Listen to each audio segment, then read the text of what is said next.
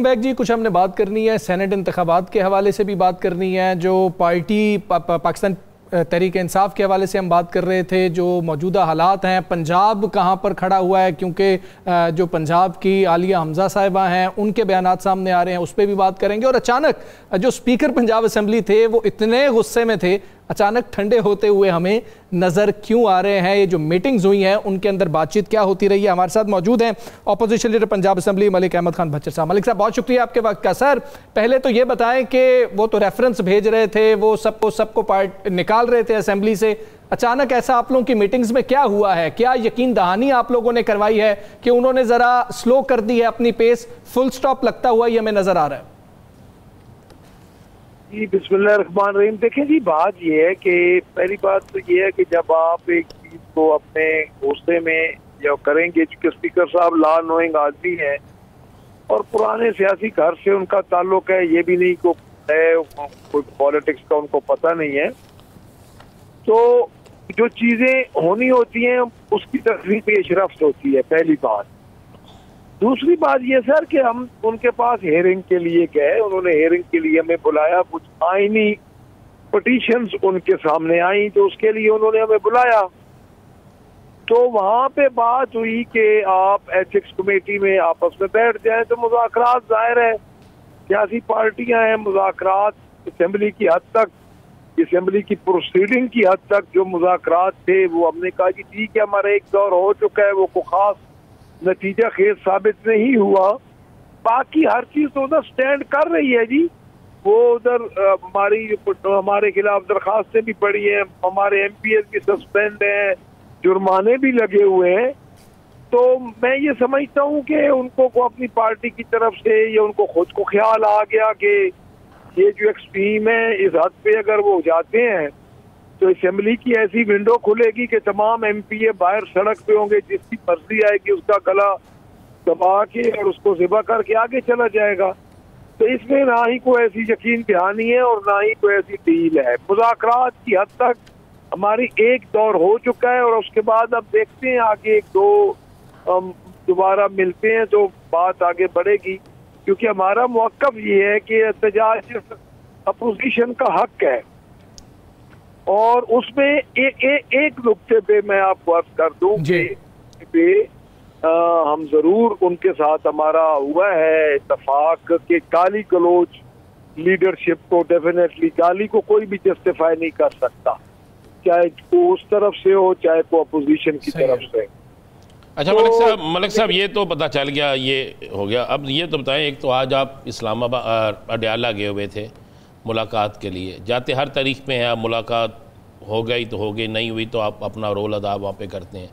दूसरा, आलिया हमजा साहिबा जो हैं उनके इस्तीफ़े की अफवाहें चल रही हैं, क्या वो मामला सारे ठंडे हो गए हैं, मामला ठीक हो गए हैं? और आज जिस तरह सलमान अकरम राजा साहब बड़े गुस्से में आज बोले थे, तो सियासी जमातों में ये रवैये जो होते हैं कारकुनों के लिए नाकाबिले बर्दाश्त होते हैं।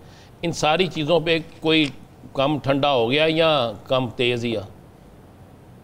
राना साहब, मैं चूँकि एक पार्लियामेंट्री पार्टी मेरे पास है और मैं अपनी पार्लियामेंट्री पार्टी के साथ काम करता हूँ और मैं उस दिन अपने हमारे एमपीएस की माशाल्लाह हमें पार्टी की तरफ से हिदायत थी और हम उधर गए और इस्लामाबाद और वहाँ से सीएम साहब के साथ हम लाहौर आए और उसके बाद जो सारा मामला है इधर लाहौर माशाल्लाह अच्छा हमारा हुआ, पार्लियामेंटेरियन की मीटिंग हुई, जो प्रेस टॉक हुई, तो उस हद तक तो मैं अपनी जो मेरी अपनी पार्लियामेंट्री रोल है उस पर तो मैं अपना आपको जवाब दे सकता हूँ। अब दूसरा जो पोर्शन है आपका सर, उसमें ये है कि खान साहब ने जेल के अंदर से आज पैगाम भेज दिया है कि आप तमाम इख्तलाफात छोड़ के आप अपनी तहरीक पे रखें तवज्जो। और मैं ये समझता हूँ कि अब हमें हमारे जितने भी मेन स्टेक होल्डर हैं, अली हमजा साहब भी हमारे लिए काबिल एहतराम है, हमें कल वो भी बुलाएंगे तो हम उधर चले जाएंगे। तो इधर हम सीएम साहब ने हमें बुलाया, केपीके के एक प्लान बना और खान साहब का ही ये प्लान उन्होंने अंदर से ये प्लान दिया कि आपको पार्लियामेंटेरियन को जाना चाहिए लाहौर और वर्कर्स, क्योंकि हमेशा वर्कर्स निकलते हैं, उन पे पर्चे होते हैं, तो कम अज कम पार्लियामेंटेरियन को कुछ ना कुछ एज हासिल होता है। तो उसमें राना साहब ये असल तो इसका क्रक्स था ये। अब बाकी मेरे ख्याल में सलमान अकरम राजा साहब ने भी उधर बात आपने मीडिया पे जो उनका आखिरी टॉक मैं साथ खड़ा था हुई है, तो उन्होंने कहा जी खान साहब ने कह दिया है कि आप इन चीज़ों को छोड़ के आप आगे बढ़ें, तो मैं कोई बात नहीं करूंगा इस पे। तो वो मेरे ख्याल में चैप्टर अब क्लोज हो गया। बड़ी पार्टियां, छोटे मोटे इख्तलाफ राय होती है, लेकिन वो इतना हर जगह पे होती है। वो बस हमारा चूंकि अच्छा, आज केपीके के बंदे नामजद कर दिए अपने सेनेट के सारे ना, अब ये लिस्ट फेक तो नहीं है सर? मैं जब अडयाला के बाहर राना साहब खड़ा था, मुझे उस लिस्ट का पता नहीं है। अभी मैं मोटरवे पे हूँ, इसलिए मैंने आपको रिक्वेस्ट की थी कि आप मुझे लाइन पे ले लें, क्योंकि जूम इधर काम नहीं कर रहा था। तो मुझे अभी उस लिस्ट का पता नहीं चला कि उसमें कौन कौन फाइनल है मेरे लिए। जी साकिब साहब। मलिक साहब ये बताइएगा कि अब खान साहब ने ये कहा है कि आप जो है वो तहरीक पर फोकस करें। हम पहले भी बात कर रहे थे कि इससे कबल भी वो जुनैद अकबर साहब जो है वो किसी टीवी चैनल पे बोले थे, तो उस वक्त भी उन्होंने कहा था कि फोकस करें, इंटरनल मामलात इंटरनल ही रखें।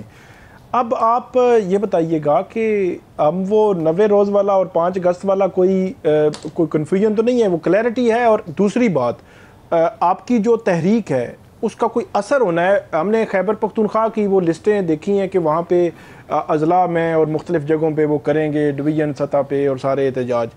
जो असर होना है वो पंजाब, ये GT रोड और इस्लामाबाद, इसने असर देना है। हुकूमत पे कोई प्रेशर अगर हो सकता है, इसके लिए आप तैयार हैं? क्योंकि आप पंजाब से हैं और आप समझते हैं कि आप आने वाले दिनों में 5 अगस्त तक पीक पर ले जाएंगे चीज़ें? जी साकिब साहब, आपका बहुत अच्छा क्वेश्चन है। बात ये कि देखिए, मैं एक कर्ज आपको कर दूं कि पाकिस्तान तहरीक इंसाफ गुज़श्ता 2 साल से तहरीक में ही है, पहली बात। दूसरी बात यह है कि पाकिस्तान तहरीक इंसाफ इस वक्त जिस मखसूस हालात में है, असर तो जब लोग घर नहीं बैठे तो इन पे होना शुरू हो गया है इंशाअल्लाह ताला। मैं ये समझता हूँ कि ये 5 अगस्त और 90 दिन वाला कोई कंफ्यूजन नहीं है। उसको मैं थोड़ा सा क्लैरिफाई आपको ये कर दूं जी कि ये तहरीक ऐसी नहीं है कि हम इस तहरीक में कोई 4 दिन 2 दिन कोई एक जगह पे जाके कोई हम ये करके बैठ जाएंगे। ये तहरीक जारी रहेगी। इसमें 10 दिन भी लग सकते हैं, 20 दिन भी लग सकते हैं। तहरीक का असल मकसद ये है क्योंकि इसमें रूल ऑफ लॉ इसमें है कि देखिए, अब आप खान साहब के केसेस के लिए साकिब साहब हमें, जो कि एक रूटीन मैटर है, उसके लिए भी हमें रिक्वेस्ट करनी पड़ती है कई दफा चीफ जस्टिस साहबान से, लाहौर हाई कोर्ट के चीफ जस्टिस साहब से और इस्लामाबाद हाई कोर्ट के, कि हमारे केसेस लगा दिए जाए। मैरिड डीमेरिड तो आगे जाता है ना जी, लगा दिए जाए। अब इसमें ये है कि हम 5 अगस्त तक ये जो है पीक, हम ये समझते हैं कि आज मैं अडयाला था और बारिश थी और हर दूसरा बंदा हमारे से पूछ रहा था कि कब शुरू करेंगे। सर बात ये है कि लोग फ्रस्ट्रेटेड हो चुके हैं। आप वैसे भी हालात देख लें कि मुल्क के हालात क्या हैं, सूबे के हालात क्या हैं। और जो अली अमीन गंडापुर साहब आए हैं ये लाहौर अपना GT रोड से, मैं अभी राना साहब की बात सुन रहा था, वो फरमा रहे थे कि यासिर गिलानी साहब को पकड़ा गया, फलां को पकड़ा गया। 10 बंदे भी बाहर निकलते थे, लोगों ने वॉलंटियरली सर इस्तकबाल किया है। ये पूरा काफिला लेके निकल जाएं और ये इनकी हुकूमत है, इनके नजदीक को नहीं आएगा। और आप खुद मीडिया, आपका मीडिया भी मौजूद था, उस पे शाहदरा पे इन्होंने मीडिया को कॉर्डन ऑफ कर दिया था कि मीडिया आगे ना आए।